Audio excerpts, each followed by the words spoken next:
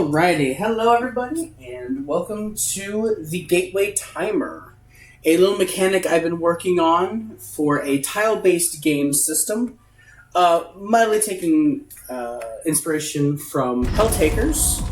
The idea of the number of steps taken in a tile-based game causing things to change. Specifically here, being a pressure plate that has a set number of steps where it will alter the surrounding environment in specific ways and will revert to its original form once a certain number of moves have been taken.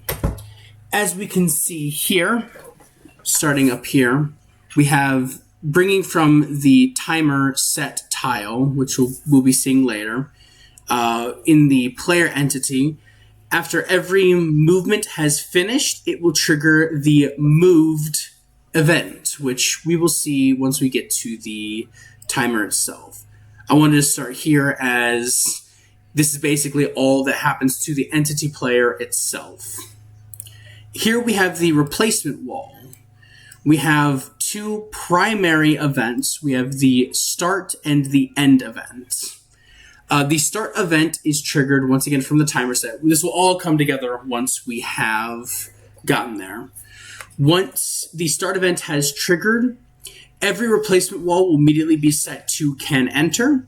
A timeline will have the wall drop down to reveal the floor below, and then it will set the timer active. This Boolean is used a little later.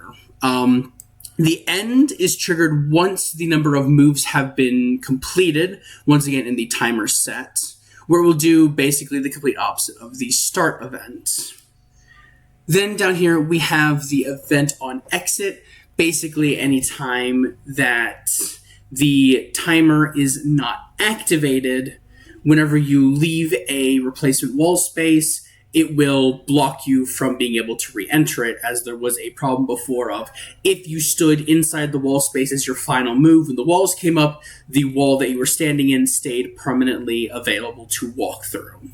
This removes that. Once you leave it, you can't do anything anymore. And now we have the most important part. This is the timer set, the initial pressure plate that does everything. Once you enter it, it immediately will trigger the start event back in replacement wall. It'll cast to the entity player to make sure that it knows what it's doing.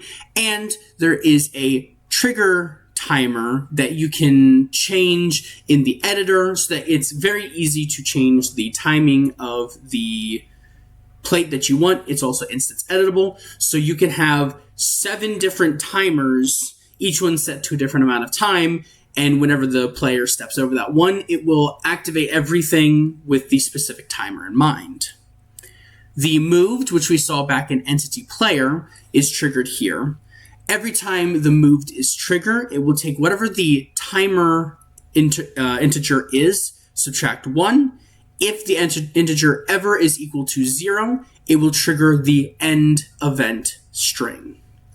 Now we will see a display of this. Fairly simple, but this yellow box right here is our set timer. As you see, the walls go down. They're no longer in the way. 2, 3, 4, 5, and is currently set to 6 steps specifically. Then when you take that 6th step, it will drop the walls.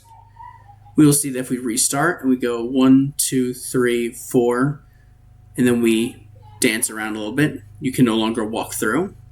And this is where I can show that, yes, it does activate again. 1, 2, 3, 4, 5. If you get trapped in the wall, the player is able to move out of, but is not able to move back in.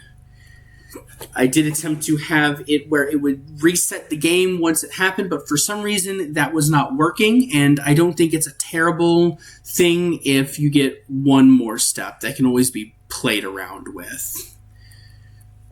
But yeah, that is the Gateway Timer. It was a pleasure showing this off, and have a good day.